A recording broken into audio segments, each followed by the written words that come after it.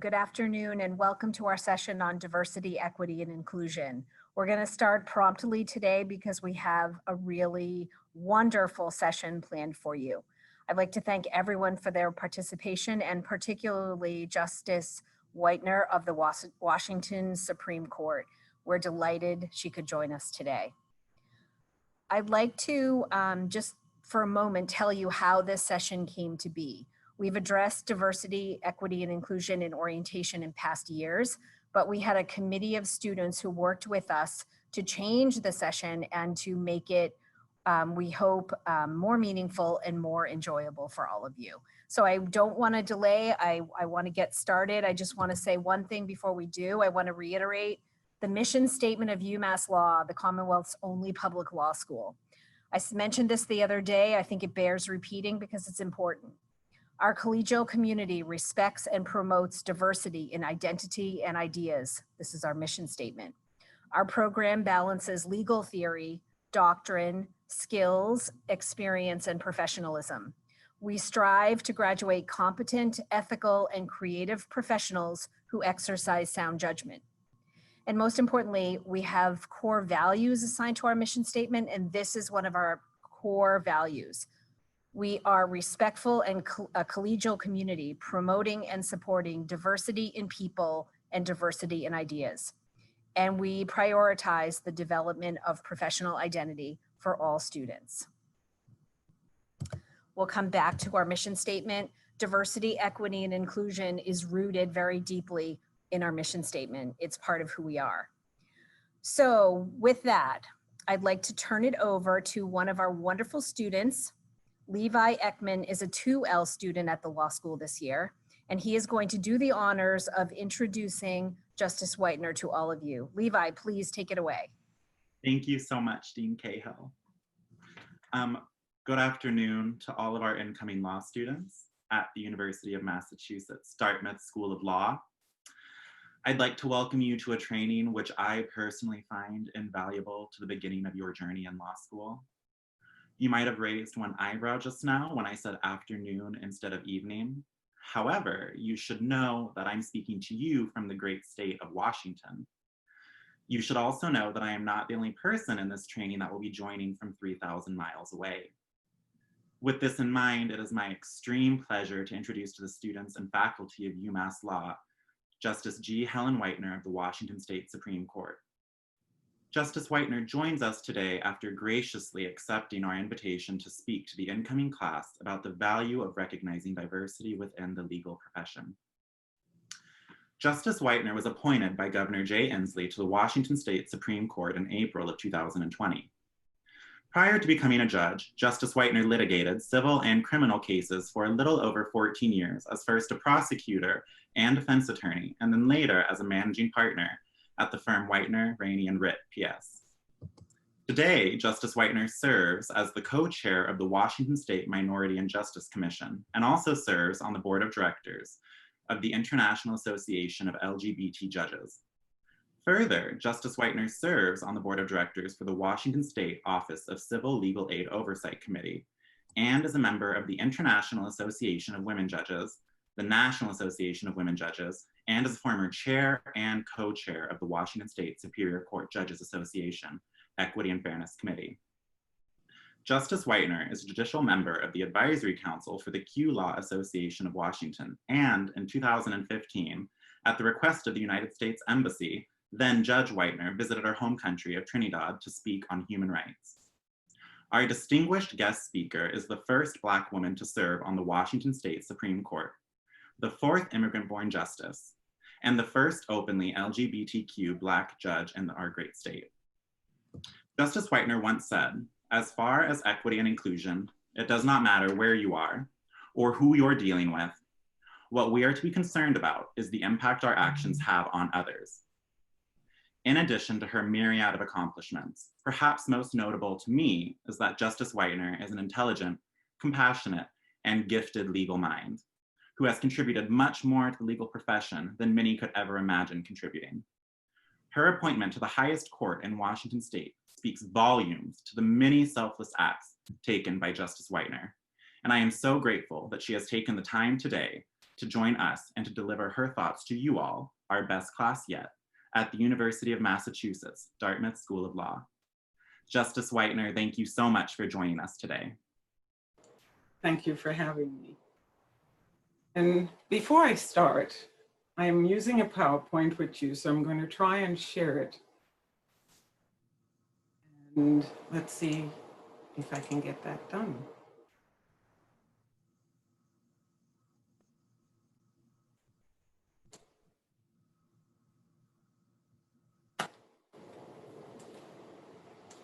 Is it shared?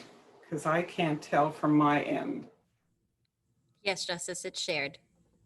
Wonderful.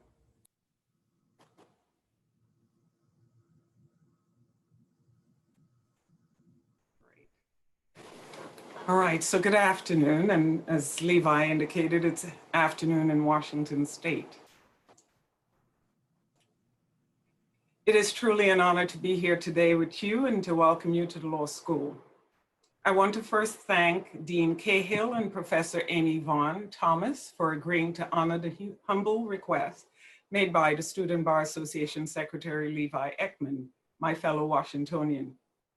To the 1L students, welcome to law school and the beginning of your journey into the law and the justice system. I prepared a PowerPoint presentation for you because I think since you're dealing with diversity, equity, and inclusion matters, as you start your legal career, I think it's helpful for you to understand some perspectives that you will come across, as I have on my legal journey. So here we go. So lately, we are seeing from the public an increasing dissatisfaction and lack of confidence in the justice system. All levels of government are fair game, to include the legal profession. There's a belief that the justice system apparently doesn't know that people matter. And if we cannot see why, then we are part of the problem. Although the populations we service are diverse, the legal profession is lacking in diversity. The perception amongst marginalized populations is that we don't care and that the profession is not welcoming. Diversity is seen as lacking, equity is not present, and inclusivity as an illusion. The message that is received is marginalized person, you need not apply. The result is there's a lack of public trust and confidence in the justice system and with the services we deliver. Some questions you will encounter many times on your legal journey are: what does access to justice mean? And is it working? Are we treating people we encounter with dignity and respect and without special privileges, discrimination, or bias? What does justice mean? And is it synonymous with being fair and impartial? Those are just a few of the many questions you will have. You are the future faces of the legal profession, and persons seeking access to the courts will be judging your performance on how well the justice system represents them or how accessible it is to them. Any disparity between what you say and what the public sees undermines their confidence in the profession. On your legal journey, you will encounter laws, rules, and policies that were meant to be inclusive and to promote trust and confidence within the justice system, but they have actually created institutional and systemic barriers. The law is power, and the legal profession has produced many powerful leaders. Among them are presidents, governors, legislators, judges and justices, prosecutors, public and private defense lawyers, heads of corporations, governmental agencies, and nonprofit organizations. The law deals with perspectives, and you will become adept at taking and converting enemies into allies in pursuit of a vision or cause, just with your words or your writing. So I want to start your legal journey with a brief legal historical view of the disenfranchisement of marginalized individuals in America. I believe it is insightful in understanding the perspectives and beliefs held by many people you will encounter in your service. In 1857, the US Supreme Court decided the case of Dred Scott versus Sanford. Dred Scott was a slave in Missouri. He sued for his freedom, claiming he had lived for a time in a free territory and therefore was a free man. The court ruled against him, saying that under the Constitution, he was his master's property. The Chief Justice on the right, Justice Roger Taney, in his decision, summarized the historical perspective held at that time. And he said, Black Africans imported as slaves had for more than a century before been regarded as being of an inferior order and altogether unfit to associate with the white race, either in social or political relations, and so far inferior that they had no rights which the white man was bound to respect, and that the Negro might justly and lawfully be reduced to slavery for his benefit.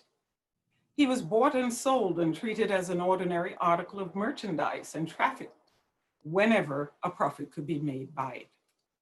What's important for this session about this case is that Justice Taney's opinion was at that time the fixed and universal view of the white race. No one thought of disputing these flawed notions, and the white race in every position in society daily and habitually acted upon it in their private and public pursuits. And they never doubted for a moment the accuracy of this view. Now, this was only 162 years ago. Less than 40 years later, in another case, the Supreme Court upheld a Louisiana law which established a separate but equal doctrine requiring restaurants, hotels, hospitals, and other public places to serve Blacks in separate but superficially equal accommodations. The case was Plessy versus Ferguson, and Justice John Marshall Harlan was the only justice to dissent from the majority view held at that time. And he wrote, "The white race deems itself to be the dominant race in this country. And so it is in prestige, in achievements, in education, in wealth, and in power. So I doubt not it will continue to be for all time if it remains true to its great heritage and holds fast to the principles of constitutional liberty. But in view of the Constitution, in the eyes of the law, there is in this country no superior dominant ruling class of citizens. There's no caste here. Our Constitution is colorblind and neither knows nor tolerates classes among citizens. In respect of civil rights, all citizens are equal before the law. The humblest is the peer of the most powerful. The law regards man as man and takes no account of his surroundings or of his color when his civil rights are guaranteed by the supreme law of the land are involved. We boast of the freedom enjoyed by our people above all other peoples, but it is difficult to reconcile that boast with a state of the law which practically puts the brand of servitude and degradation upon a large class of our fellow citizens, our equals before the law. This was only 122 years ago. And Justice Harlan's view was the view of a very small minority. Now, what is interesting is that while Justice Harlan appeared to advocate for equality among those of different races, in the same opinion, he also went on to say, "There's a race so different from our own that we do not permit those belonging to it to become citizens of the United States. I allude to the Chinese race." As you can see, Justice Harlan struggled with diversity, equity, and inclusion as well. He did not fully embrace the idea of full social racial equality. And during these times, similar views were held in regards to people of Spanish and Mexican heritage. These false ideas of the worth of people with different backgrounds and cultures were fixed and universal opinions, accepted and acted upon by the white race. The accuracy of these views was never doubted for a moment, and for another 58 years, Jim Crow was the law of the land and was only rejected and overruled in 1954, 64 years ago. In America, equality for marginalized populations has always been a difficult concept to implement because of systemic, institutional, and structural racism. Intolerance for differences has historically been pervasive, and it has not just been based on race. There was cultural intolerance as well. In Nebraska, Robert Meyer was convicted for teaching German in a school. There was a Nebraska state law that prohibited teaching of modern foreign languages in public schools. The Supreme Court struck down the law in this decision. However, as you can see, the picture on the right shows changing the law does not always correlate with changing minds, and that is true even today. Less than 100 years ago, in another case, Lum v. Rice, Martha Lum, a 9-year-old Chinese American, was prohibited from attending a high school in Mississippi solely because she was of Chinese descent. Martha was forced by compulsory attendance laws to attend school, but there was no school in the district maintained for Chinese students. The Supreme Court held that separate schools shall be maintained for the white and colored races. The court determined that white meant Caucasian, and if you were not white, which included Mongolian or yellow race, or of Asian ancestry, you were colored. This decision effectively approved the exclusion of minority children from schools reserved for whites. So when dealing with diversity in the law, it is prudent to understand how individual aspects of a person's identity or identities, whether it is gender, race, sexual orientation, class, or the like, intersect with the culture to include the legal culture operating at the time. It can be insightful in understanding and or explaining the perceptions marginalized populations hold and possibly why. I am defined as a Black, gay, immigrant woman with a disability, and those are just a few of the labels created to not only describe who I am, but also to define who I am. It has given me, however, a unique frame of reference, that of an outsider. As a judge, it allows me to appreciate assumptions and stereotypes underpinning many legal doctrines and allows for possibly overlooked interpretations, analyses, and approaches to the law and equity. Simply said, as a Black judge, I may see a situation differently than a white judge. As a disabled judge, I may see a situation differently than an able-bodied judge. Or as an immigrant-born judge, I may see a situation differently than a native-born judge. Legal analysis requires interpretation of the law, and different perspectives can ensure not only equality, but also equity in the application of the law. Justice Thurgood Marshall was America's first African-American Supreme Court justice. Before that, he had a trailblazing legal career, one spent fighting for civil rights, racial equality, and fairness in the criminal justice system.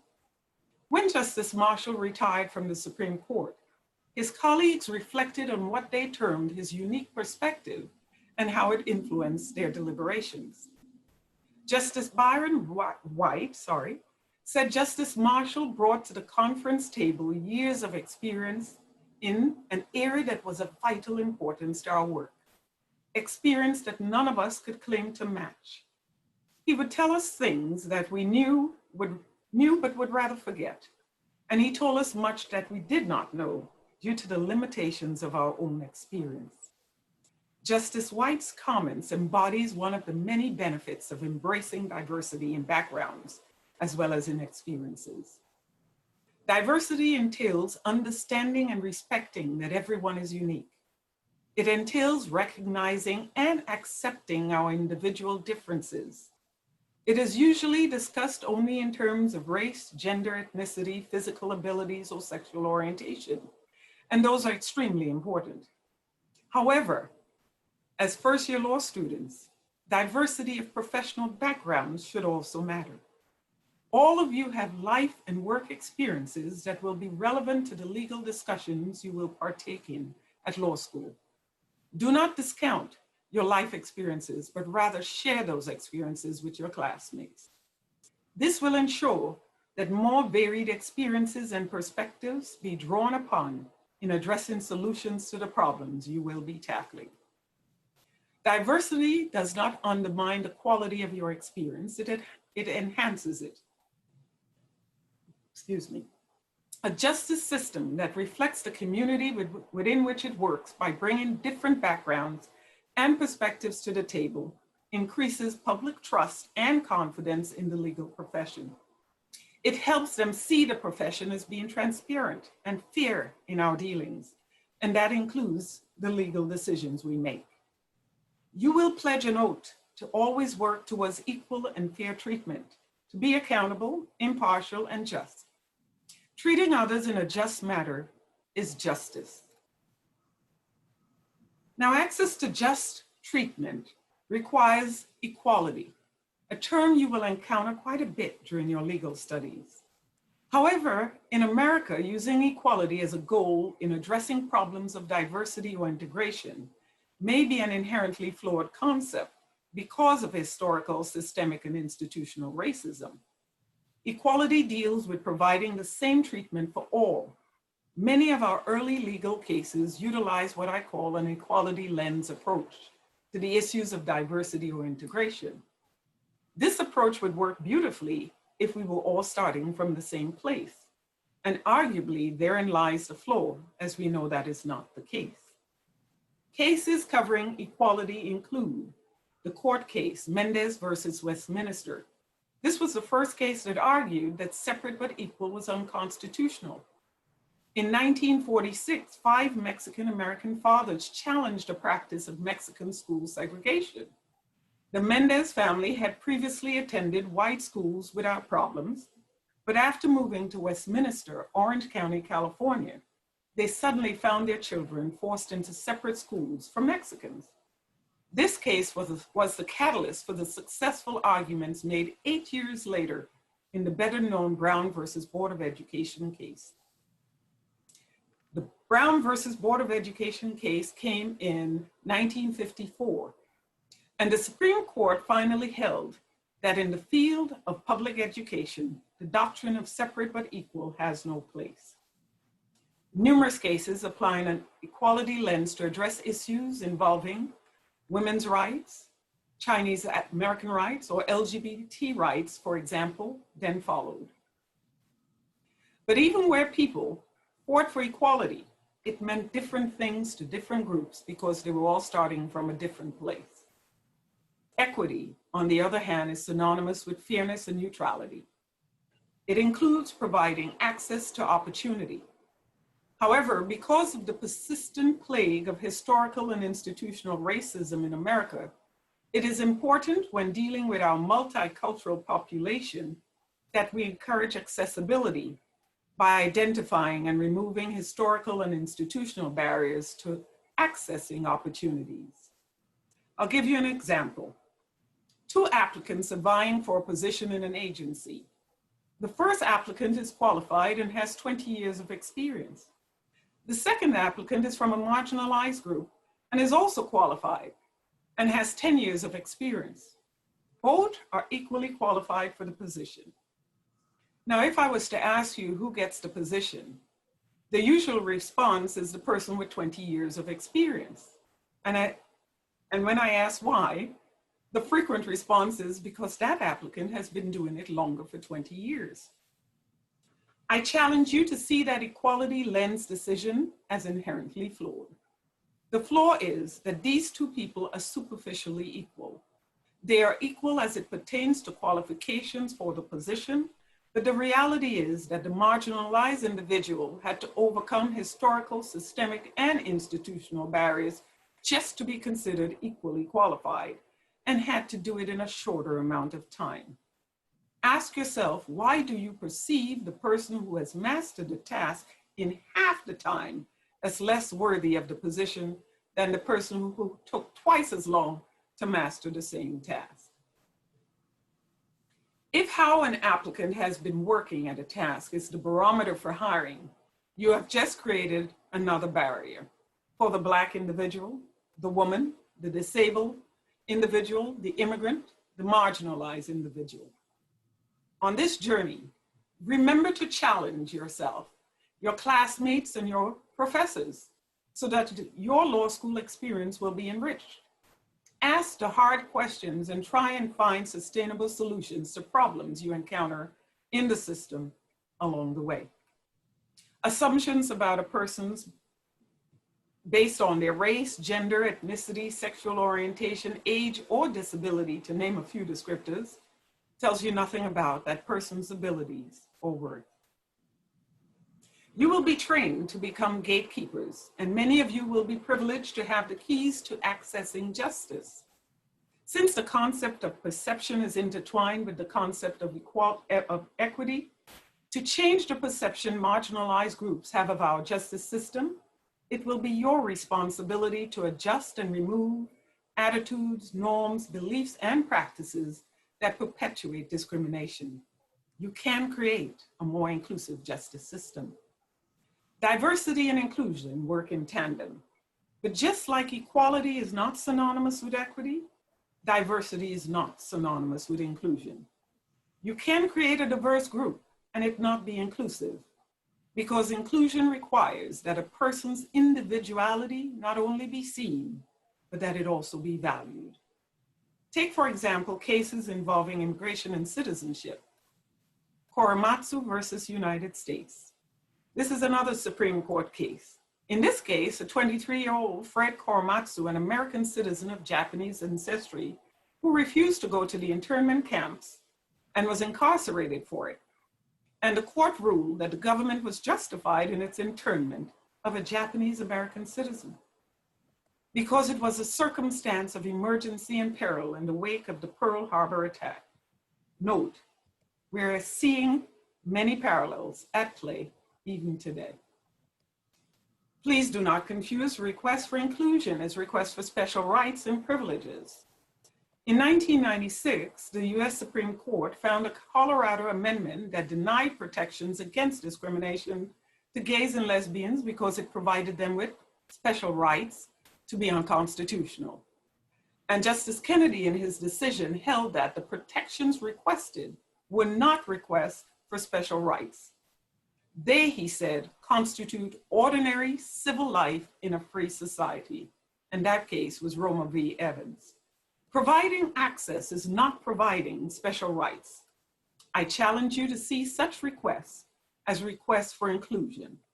Whether it is a request to be married, or a request to have ramps instead of stairs, or a request to use a public bathroom, or a request after being convicted for a crime and having done the time for an opportunity to earn an income. An inclusive approach is an equal and equitable approach that removes institutional and or structural barriers and allows full participation.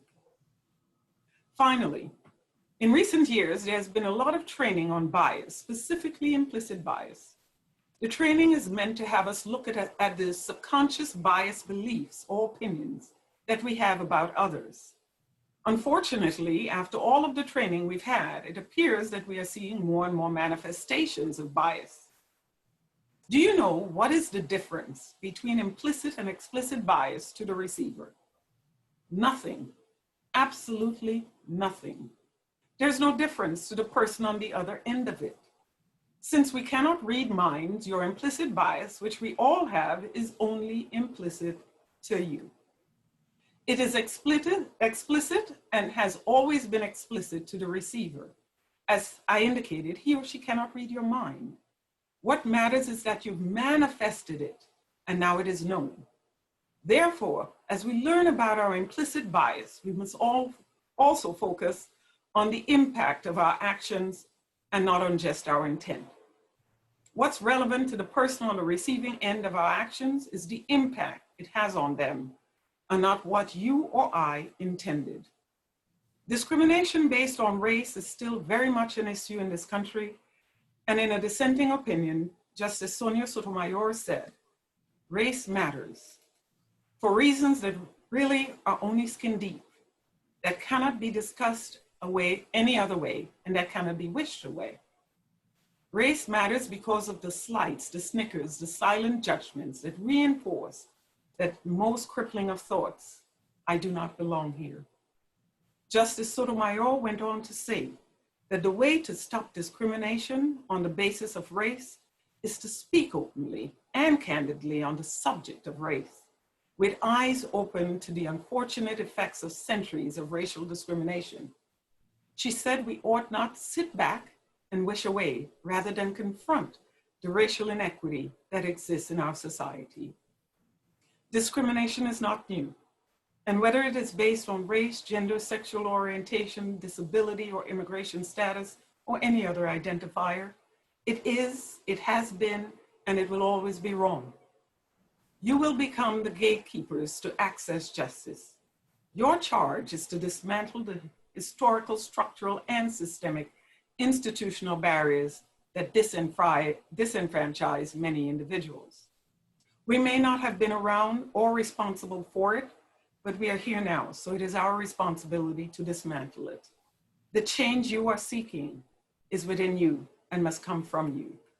The systemic institutional barriers in place for a multi-marginalized person like me are vast. I was not to be standing here before you as a Supreme Court justice, but I encountered many gatekeepers over the years that gave me access. To them, my lens mattered, my voice mattered, and my presence mattered. To them, I mattered.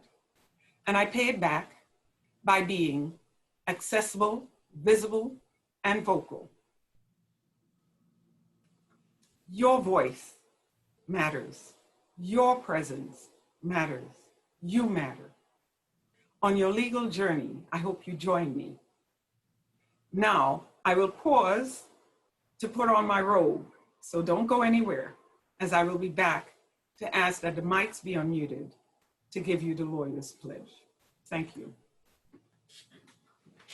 So I'll ask now that the mics be unmuted for all the law students.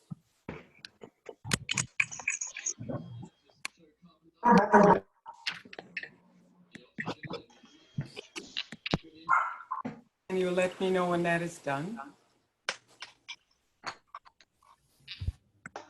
Wonderful. Now, if you are able to raise your right hand, I'll ask that you repeat after me. As a law student, a lawyer in training, and an attorney, I pledge to strive to the best of my ability. And if, does everyone have the oath with them? Yes. Then let's read it together, starting with, to live up highest ideals of the legal profession, Uphold the highest standards of academic honesty and ethical conduct, Academic honesty and equitable conduct. without prejudice, and with diligence, all of my goals, of my duties with the utmost Advocate zealously And at the same time, easily cooperatively guide my work to what is good, and my work, reflecting loyalty to myself and to the church. acting my work with an eye is good, acting less myself all times, Even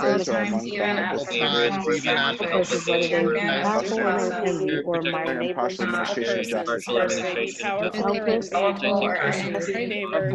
protect are my neighbors, be among the helpless, hatred, oppressed, and serve an impartial administration of justice. As I take freely and upon my honor. This pledge I take freely upon my honor.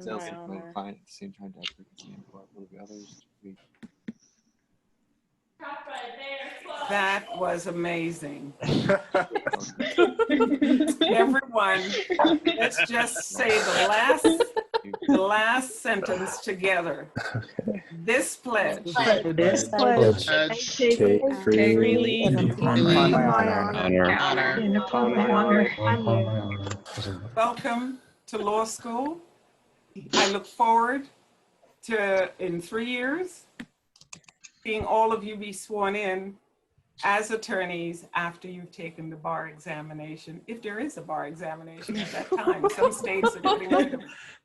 But that was an amazing experience you've allowed me to participate in, and I can only say thank you. Thank you. Thank you. Thank you, Justice Whitener. Thank you so much. Thank Thank you very much. Thank you very much, Justice Whitener. Okay, everyone, we are going to have a couple minutes for Q&A with Justice Whitener. What I'm going to ask now is that all of you put your microphones back on mute, and then either you can use the raised hand feature, or if you want to put your question in the chat and I can read your question to the Justice. So I'll take them as I see them. I see Kyle with your hand up first. So Kyle, go ahead. Thank you, and good afternoon, Justice Whitener. Thank you for joining with us. I'm actually from Washington State, so it's reaffirming to see. My question is in regards to, I know you're the most recent appointment to the Washington Supreme Court. Wonder how that's going, if you've made, been in interaction with Justice Montoya Lewis yet, or how that's all going. Well, it's nice that you asked, because I didn't realize it when I joined the Supreme Court. I found out afterwards that it's probably one of the most diverse courts, high courts in the country. So it's been going well. It has some hiccups because I'm also the first Supreme Court justice that came on in a virtual world and has operated for the last term. My first term ended a few weeks ago. In a virtual world. My law clerks and I have not really worked together. It's virtual. I have not sat on the bench with my colleagues. It's virtual. We've had oral arguments in a virtual world. I do have a number of other firsts on the bench with me, and we have the first Latino male, Justice Gonzalez.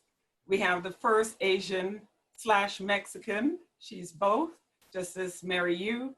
And we also have the first and only Native American justice, and that's Justice Montoya Lewis that you referenced. And I went to Judicial College with Justice Montoya Lewis when we got appointed to the Superior Court. So it's nice that we get to go through this process here now and become colleagues and work together. And it's been wonderful.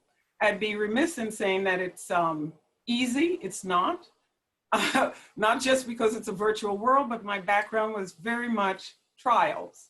So I've practiced on all levels of trial courts, and I've practiced on all levels as a prosecutor, as a public defender, and I've also presided on all three levels of court. So my focus is really, I'm a trial level thinking Supreme Court justice. I know the workings of the trial level courts inside and out. So the appellate court is a new process, and I look forward to the challenge.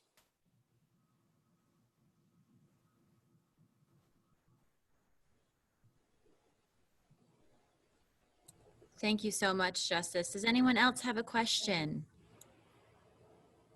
Julia, go ahead. Hi, Justice. Thank you. What did you feel that was the most difficult aspect of law school, and what was your favorite part? Could you speak up a bit? I can't hear you. Okay, sure. What was your favorite part of law school, and what did you find to be the most difficult? Ooh. What I love about law school was it challenged a different part of my brain, so to speak, in thinking. I see things differently, and I've been told that throughout my legal career. So law school made me aware of that, whereas before I wasn't. Individuals would look at things one way, and because of, let's say, I'm an immigrant, I came here at the age of 16 to do my undergraduate degree. So I would see the law different because in my country, it's British, my birth country, and then here, it's something totally different. I'll give you an example. We were taking a some civil course, torts, I believe it was. And in it, someone fell, and everybody's talking about lawsuits and everything else. And I'm sitting there and I was dumbfounded because I'm like, if you fall outside our home, on the island, we say, get up, brush your knees off and keep going. You don't think about suing somebody. So it's just a different way of how you view things. That was very challenging, but I love the challenge. I'm a workaholic, so the work wasn't really that difficult for me as far as putting in the amount of work, and that is challenging. I was raising 4 children with my ex at the time. We had basically taken them out of foster care, her grandchildren, and we were raising them. I held down 3 jobs in law school. So I think at the end of the day, I was really an immigrant going through the law school process. There wasn't time to think about how hard it was. It was about finishing well, so I can get on with my life. And this was going to be the tool to give me the life that I envisioned for myself. So I enjoyed every aspect of it. And there were some challenges, but I think the challenges were because of who I am, not because of the material itself. Thank you, Your Honor. You're welcome. Okay, Emily, I saw your hand next. Hi, Justice. Thank you for being here. Just a quick question for you. What advice would you give us about breaking through our own barriers? Don't be afraid of being the first. What I've found out is a lot of people keep asking me, well, how do you do this? You know, or how did you get to where you're going? Each one of us has a path to pave, and it's going to be different from the next person. Coming through the legal profession, I found myself being the only one in numerous circumstances, you know, and who do you look to try and figure out what to do? I made my path. And I think as you become entrenched in the law and you become self-sufficient in it, also remember there's something special about you that brought you to law school. And that is you're qualified, you're worthy of being there. So when you find yourself in a situation where that is being challenged, whatever it is, it could be because you're a woman, and I have had that on the bench too. I've been doing this so many years, and I'm like, counsel, well, how about we switch seats? You know, you can come up here and let's see how that works for you. You know, and don't take things personally. Don't make them personal. You know, I was a litigator. And I litigated both sides. But one thing everyone will tell you about me, win or lose, I shook my opponent's hand in the courtroom and I left their arguments in there. Now that doesn't mean all of them did, but I did, you know, and understand your worth. You're worthy, that's why you're here. You didn't get admitted to law school because they felt to throw you a bone. And even if they did, you got to pass the bar, you got to finish the exams. You understand what I'm saying? So you've earned this. So finish it and finish it well and go on to do whatever you put your mind to. Create mentors. Like I said, there weren't many people like me. So when I saw something in someone that I liked, I had them adopt me. I introduced myself, I became friendly. I got their number and I said, can I follow up with you? Because I really like how you did X, Y, and Z. One thing I've learned about people is they love compliments.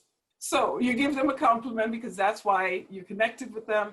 And believe it or not, they will be there for you.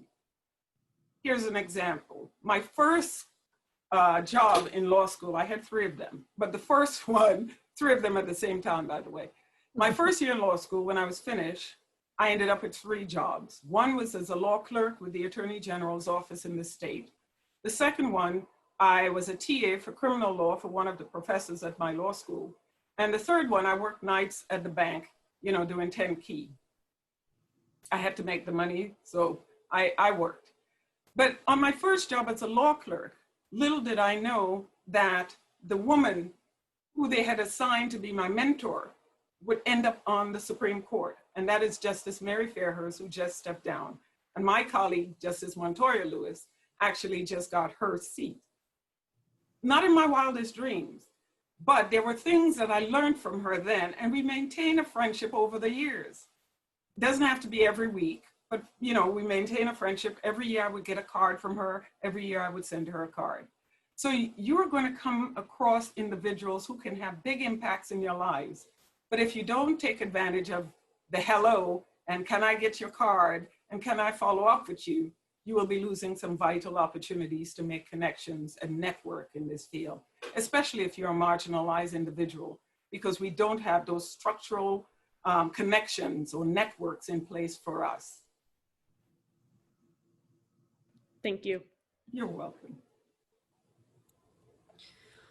All right, everyone. For purposes of time, I'm going to have one more question, and I'm going to go in the order in which the hands went up for Justice Whitner.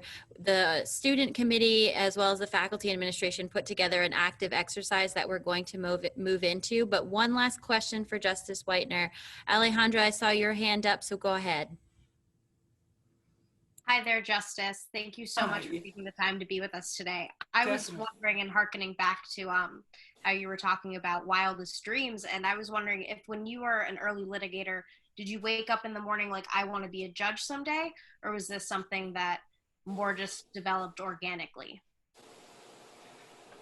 Remember I talked about mentorship? I actually was approached 3 years into being a lawyer by a judge that I was appearing in front of. I was a public defender at the time, and I was appearing in front of Judge Kenworthy, and he approached me in the lobby of the court building and said, have you ever considered being a pro tem judge? I was too embarrassed to tell him I had no idea what a pro tem judge was. And by the way, a pro tem judge is a judge that is an attorney that sits in for a judge when the judge is not on the bench. So I did some research, I figured it out, but he placed a bug in my ear because I thought, my gosh, I wasn't qualified to do it because at that time you needed at least 5 years.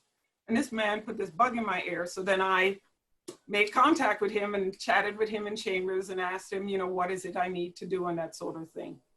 Years later, when I decided to step out from prosecution and start my own practice, he was one of the first judges that put me on the bench.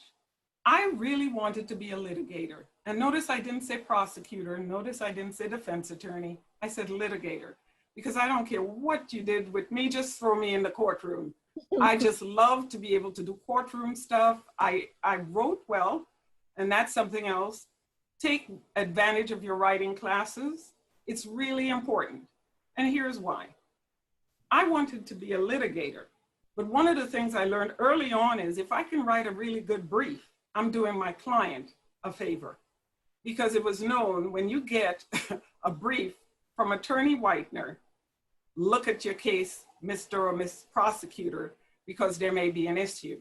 I've had murder cases be basically dismissed based on a brief, a well-written brief, because you're pointing out the flaws to the other side. And you're like, hey, if you want to go to trial, let's go, I'm in. But writing is really important. A lot of folks who want to be litigators think, oh, I don't have to write, I'll get somebody else to write. If you can write, you can literally not get to the trial phase. And if you're doing public defense or defense work, you're talking about your client's liberty at risk, or you're talking at your client's money is at risk, and you don't want to waste that by you wanting to go to trial. You want to do it as efficiently as possible, and sometimes writing a good brief does that.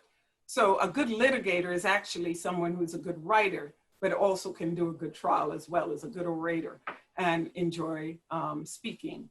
I was very scared about standing up. I'm actually quite shy. I love Zoom because you can't have me in a room, but and I do public speaking now, but when I started in the law, I was extremely shy, and the thought of standing up in front of some strangers and pleading for somebody's life or their case was frightening. And yet I was able to get through it, and I loved it so much that it's definitely something I enjoy doing. It is something I will miss. As a Superior Court judge, it's a trial level court, I was still able to preside over trials, and it was wonderful to do that. But now in the High Court, I am left with oral arguments. So we're back to the briefs and the arguments. And it's not a bad trade-off, but the law is exciting. Maybe a class may not be excited. If you do poorly in a class, check it behind you and keep going. And yes, I'm a Supreme Court justice, but I will leave you with real life experiences. And here's one. I took tax in law school, and there were 3 questions on the exam, and I only finished 2.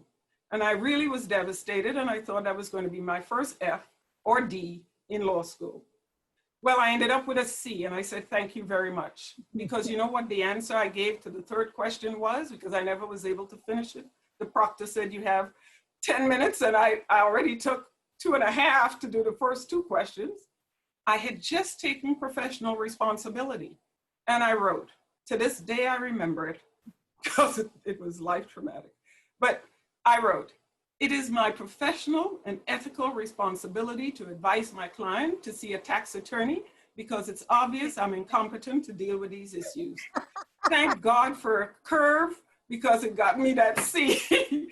But again, you know, think on your feet, because professors like that. And thank goodness that professor and the curve helped me get through that tax course. But I've never had to deal with a tax situation ever, my personal life, but not professionally. So don't take those things, you know, and don't just keep moving forward. Strive for what you want. You can do it. That's why you're there. And you're going to get the tools at this institution to make you the best that you can be in whatever field you decide to use that law degree in. Thank you, Your Honor. You're welcome. Thank you so much, Your Honor, for joining us here today. Thank it was you for having wonderful having you and joining us all the way from Washington. It means so much to us that you spent time with us today. We're going to move into our next portion of the session and talk a little bit about diversity and inclusion and do an activity for microaggressions. You're more than welcome to stay with us and join us as we go through this, so please feel free. But otherwise, if you're busy, we understand. Thank you so much for your time today. Thank you all. Good luck. And thank you, Levi, for reaching out. That's what I'm talking about. Just reach out. You never know what the answer would be. And I look forward to all of you joining us in this profession. Thank you. And I do have another matter to take care of, so unfortunately, I won't be staying on. Wonderful. But thank you all. Thank you. All right. Bye. Bye. Okay, everyone. We're going to move into the next portion of our presentation. I understand we're getting close to the designated end of time today, but it's really important to us to move through the next portion of our exercise. So we'll probably go a little bit past our 5:30 deadline, but we're going to work through this active exercise because it is the next level of discussion for diversity and inclusion. So before we get to our actual active exercise, I did want to go through these slides with you. I want to encourage you all to start thinking about diversity and inclusion separately. We often blend these terms together, but as Justice Whitener said, it's very important to remember that these are in fact distinct. You can be a part of a diverse community, but you may not in fact be engaging in activities or showing certain types of behavior that is inclusive. If we're looking at the definitions of these two words, diversity is the condition of having or being composed of differing elements, especially a variety of different types of people, such as people of different races or cultures together in a group or organization. We are very proud at UMass to be a diverse community, and we want to preach inclusion, which is the act of including or the state of being included. And it's an act or practice of including and accommodating people who have historically been excluded.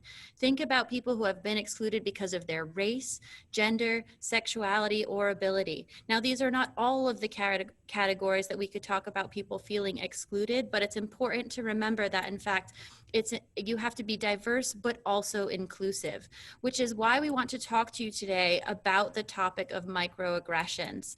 It may be something that you're familiar with, and it may not be something that you've ever heard of before, so it's important that we engage in this discussion.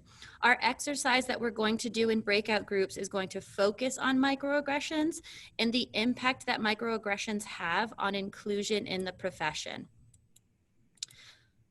So what is a microaggression? It's a brief and commonplace daily verbal, behavioral, or environmental indignities, whether intentional or unintentional, that communicate hostile, derogatory, or negative slights and insults to the target person or group. When you're thinking about microaggressions, and as you may realize when we go into our exercise today, you may have engaged in behavior that is in fact a microaggression, but you did not do so intentionally. And that's the point about learning about this topic so that we can all be inclusive. How do microaggressions happen and why do they happen? Oftentimes, microaggressions occur because of implicit biases, or as Judge Whitener mentioned, explicit biases. Because remember, the impact on the person is the same whether it is in fact implicit or an explicit bias.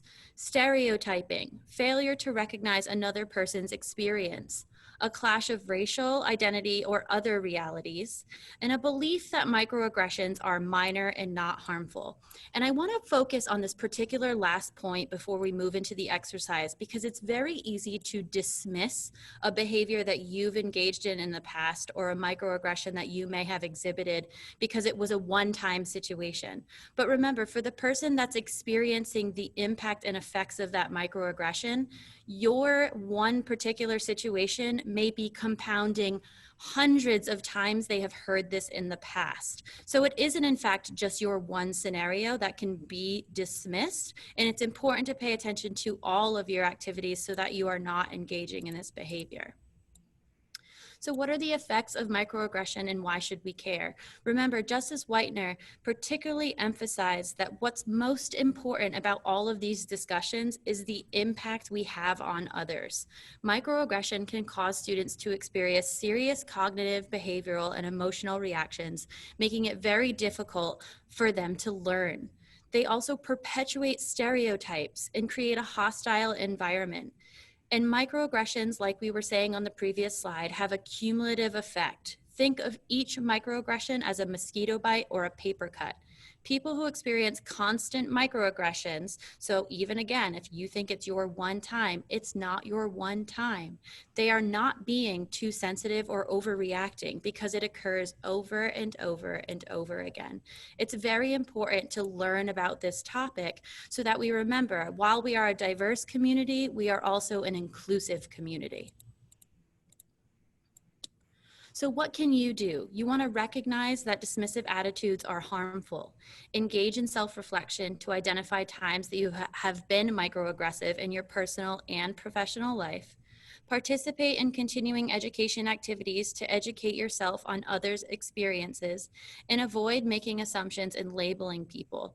There are going to be a ton of opportunities at UMass for you to engage and learn about communities that are not necessarily something you are familiar with. And it's important that you continue educating yourself so that you have a holistic view of society and have a better understanding when you move into the profession.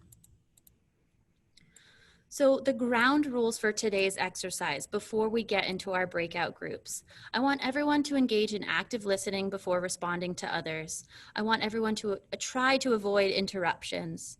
Show respect to each other's input, contribution, and comments. Recognize that these are difficult conversations. Think critically and pause before responding. And support one another as we learn together, because learning together allows us all to know better and thus do better. So here are the instructions for today's breakout exercise. Once I put you in the breakout groups, you are going to have a moderator of your session, either myself, Dean Cahill, or Professor Dunlap, who's here joining us this evening.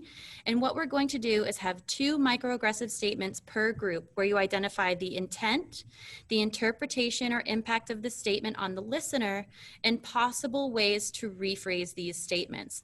All 6 of the phrases that I'm about to show you are microaggression statements, and we're going to have an active discussion amongst our group about the intent or possible intents of the statement, the interpretation and impact, which is most important, on the listener, and again, possible ways to rephrase the statement. So moving on to the 6 phrases for discussion today. These are the 6 phrases, and again, each group will talk about 2 of these phrases. So the first phrase: during a law office meeting, the senior partner says to a new associate, "Where are you really from?"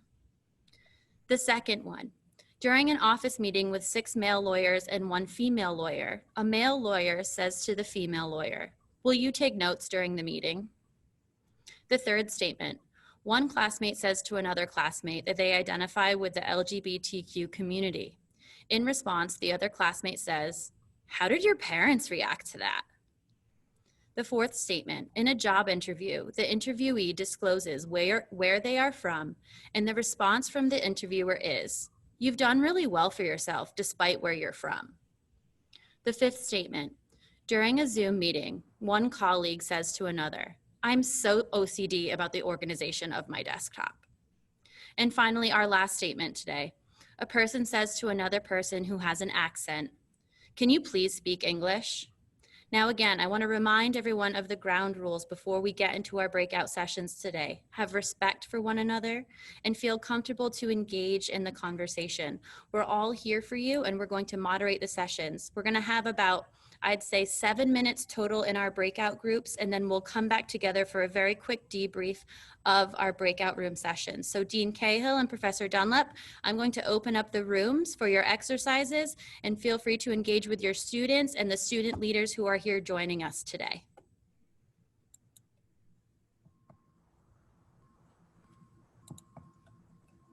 We're back, Professor Von Thomas. We are back. Excellent. I'm seeing Group the numbers kind of. Group 1's back. Is Group 2 back with us? Professor Dunlap, are you here with us? We're here. Wonderful, wonderful. So just for purposes of time, I think what we'll do is the three of us can do a very quick debrief and summary of our sessions that we had with our individual students. Does that work for everybody? Sure. Okay, great.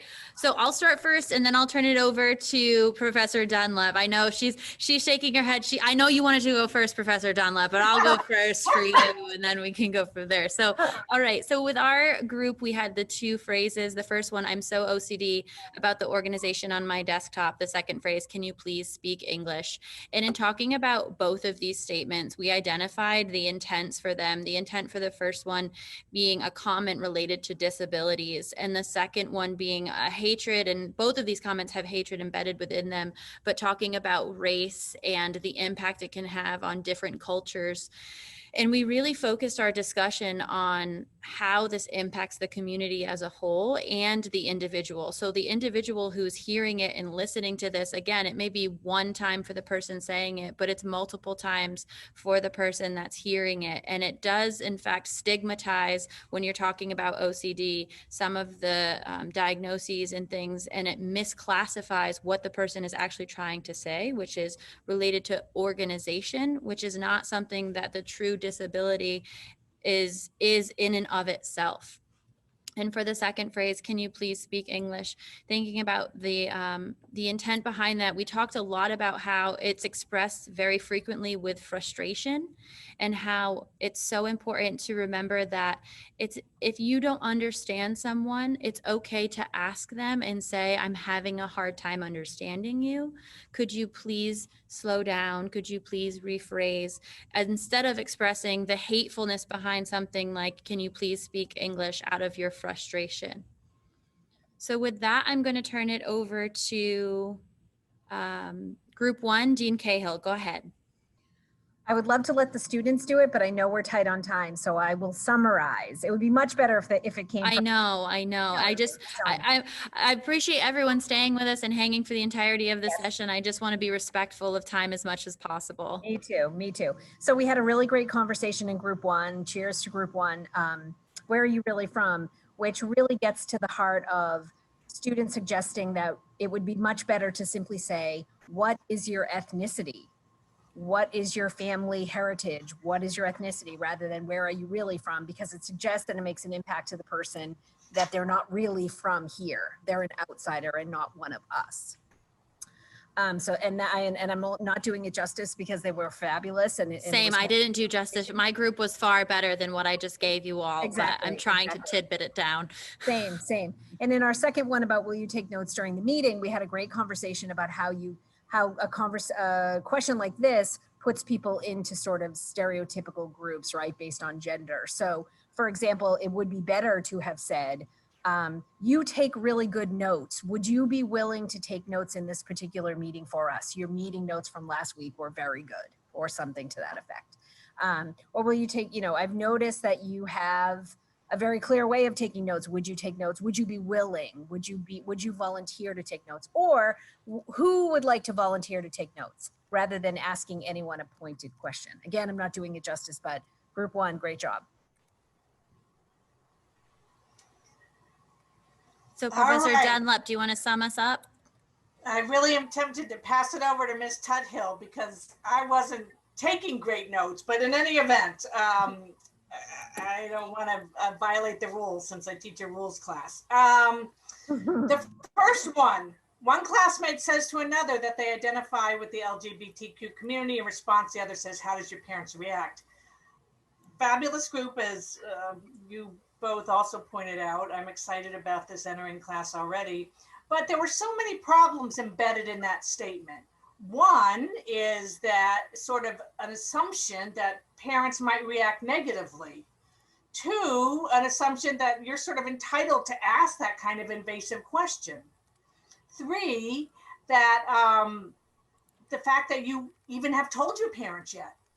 So maybe there's just this whole can of worms that you've just told the recipient of the message that they now need to deal with. And we talked about the appropriate response. There's not really a good rephrase. The appropriate response might be, wow, thank you for sharing that with me. Or did you get support from the community? Or I hope you got support, because anything in question form sort of requires an answer, but to hope you got support would be a better way to respond to that. As to the next question, the interviewee discloses where they're from, and the response is, you've done really well for yourself despite where you're from. You know, the intent might have been to pay a compliment, but the recipient probably heard it as exclusionary. It's amazing that you got here. How did you manage to pull that off, dude? So it was just not something that would be received in a positive manner. And the rephrase is probably, wow, you're very qualified, or I'm impressed with your resume, just to leave out basically the despite where you're from, to turn it into just a praise of their accomplishments, not with that sort of kick in the pants at the end. Wonderful. Thank you so much, Professor Dunlap. And I just want to say quickly that I'm so glad you got to participate with us today, because all of these students will see you again soon. So thank you. Oh, Friday for the best class ever. All right, everyone. That concludes our diversity and inclusion session. For our day students, congratulations. Welcome to UMass. We're so happy to have you. Best wishes for the start of your classes tomorrow. For our evening students, we'll see you in a few moments for your first class with Professor Ho. Our student leaders, thank you for joining us and for all of your efforts and input on these exercises. Thank you, thank you, thank you. So much. Dean Cahill and Professor Dunlap, thank you, and we will all see you very soon. Take care, everyone.